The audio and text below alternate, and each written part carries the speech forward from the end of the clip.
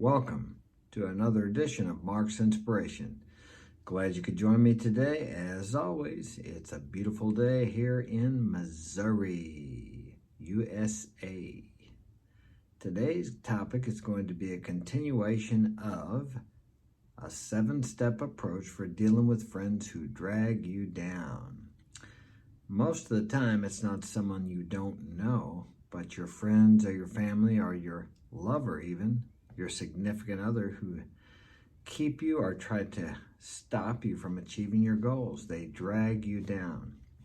They don't do this consciously, but it's something they do because they're kind of afraid of losing you, or they're afraid that you're going to get hurt and they want to protect you, as in the case would be of your mother, your father, maybe your brother. It just depends on the situation. But we will continue on this, and we were on, where were we? Oh, this is by Quincy Seal, this article I found on the internet. Okay, the process of breaking free. So how do you navigate this social minefield? Is it possible to salvage these friendships? And if not, how do you know it's time to let go? Let's look at a simple 7-step process you can use to analyze these relationships when they start feeling like dead weight at your feet. It's really hard to let go of friendships and relationships, but you have to decide which is most important to you. Your friendship, your relationship, or your vision and purpose in life. People come and go in your life. Sometimes even your family does. I mean, my mom and dad are passed on now, so they're gone. Had I let my parents stop me from achieving what I wanted in life, or from going the direction I wanted to go, they would be gone now and I would be sitting here doing nothing. My parents never really tried to stop me, although they didn't encourage me much when I was younger.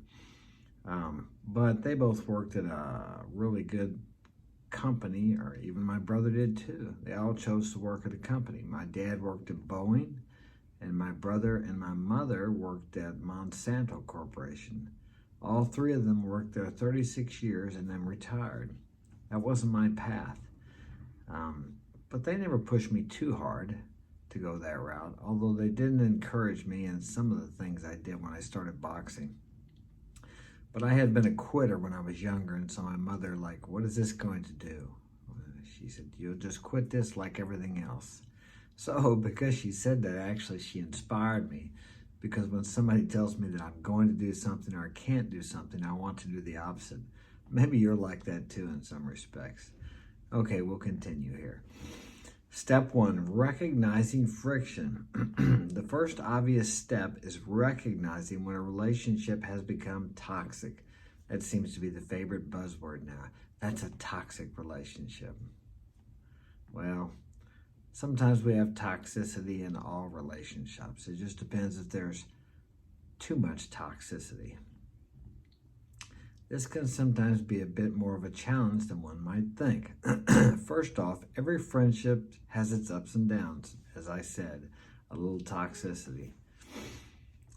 And sometimes we tend to ignore an increase in the downs, just passing it off as business as usual.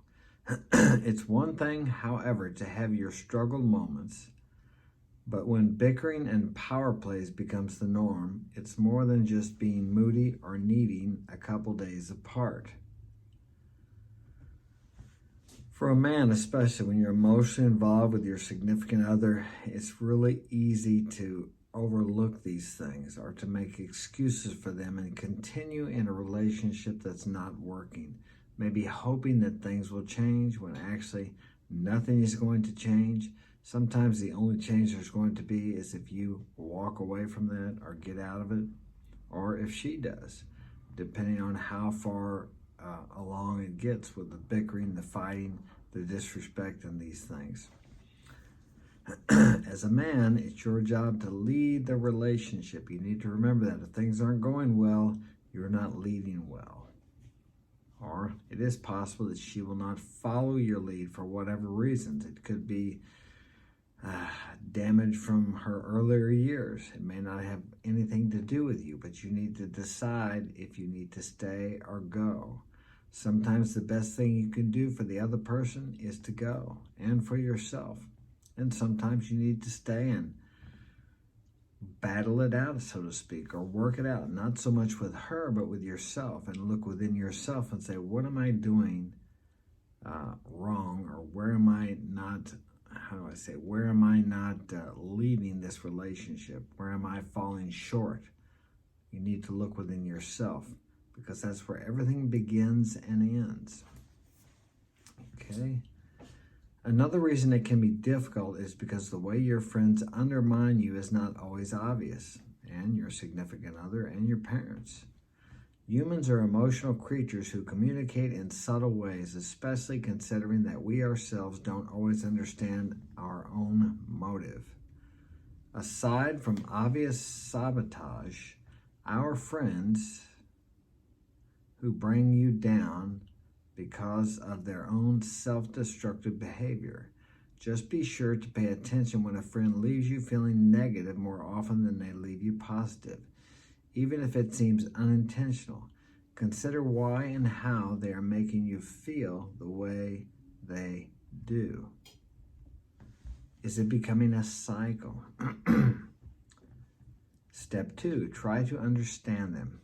Upon determining that your friend is holding you back, the first temptation is often anger. After all, they are supposed to be your friend. How could they betray you by wanting anything but the best for you? But slow down for a second. Resist the temptation to get emotional or vengeful in return. You stand a far greater chance of preserving the friendship and maybe even coming to some new understandings of your own if you seek empathy instead. Try to understand what exactly is causing your friend's behavior. Are they really angry at you, or are they just feeling insecure? Are they trying to purposely hold you down, or acting on a natural inclination to keep the friend they know and love? Seek truth first. There are many reasons people try to hold you back. And in each situation, it's going to be different. And it's up to you to determine whether it's a malicious attempt or whether they're just afraid of losing you. It's also important to explore the possibility that you've actually been acting different due to the changes in your life, and that maybe that's what's bugging your friend. Now, I was in one of my marriages. As many of you know, I've been married more than once. And I was given a tape. This was a long time ago, a cassette tape. Some of you may not know what that is, by Brian Tracy. It was back in 95, I think. I had read some things about visualization and the power of the mind. But a friend of mine gave me that, and I really got into that in 95, and I've been going after it ever since. Of course, now we don't have cassettes. We don't use CDs much anymore either. But I really got into it. And one time, at that time, my current wife told me, she said, "You sound just like those tapes." So I was actually changing and growing and taking on these new principles that I had been given. And she wasn't willing to come along, or she wasn't willing to follow my lead. So she really tried to hold me back and drag me down. We ended up separated, of course. And that happens sometimes. If you start to change and become different, the other person may not want to follow you. And this causes a separation. I can't really say why she didn't want to follow me. Her life wasn't wonderful before she met me. So, but these things happen, and I had to leave that relationship. And it was one of the best things I ever did. Maybe not too good for her. Her life hasn't been too well since.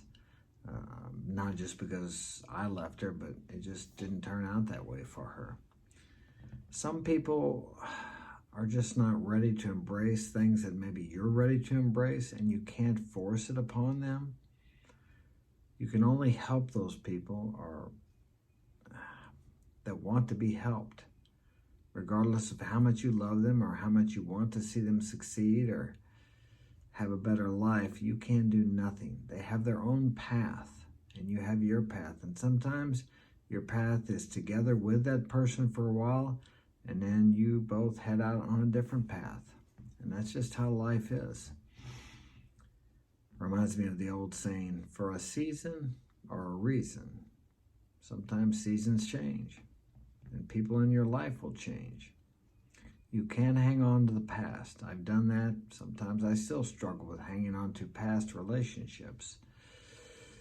You can only learn from certain people and then move on with your life and move in the direction of your goals and your vision. And that's where you find fulfillment, not in other people. Okay, let's go on here. As an example, I was reading about a study recently that discovered people who are making more money actually drive more aggressively. Maybe that's why my kids tell me I drive like a maniac, huh? Is that aggressive? And that a person winning a basic board game rigged in their favor will act more aggressive and brash at the table. I don't like board games. Okay, this was a big aha moment for me, as there are many times in my own life when I've caught myself driving like more of a jerk when in a nicer vehicle. I don't necessarily drive like a jerk, I just drive kind of aggressive. I try to stay off people's rear ends because it just annoys the heck out of me when someone does that to me. I don't really see crazy drivers out there. Maybe I'm the crazy driver. No, I don't think so. I just drive fast. When I lived in Central America, you could drive however you wanted to. So when I came back up here, I still had that habit. And actually, it's been 10 years and I still drive like that today. But I have toned down somewhat after I got a couple of speeding tickets. Okay, consider this. Consider this. Think about how you've been acting lately. Is there any chance the new positive changes in your life also have some more negative side effects on your behavior that is rubbing people the wrong way?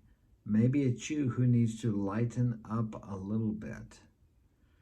Sometimes we learn certain principles or we discover new aha moments and new things, and we want our friends to or our family to benefit from this, and we have a tendency to try to push those things on people, and they just, if they're not ready for them, they will put up resistance.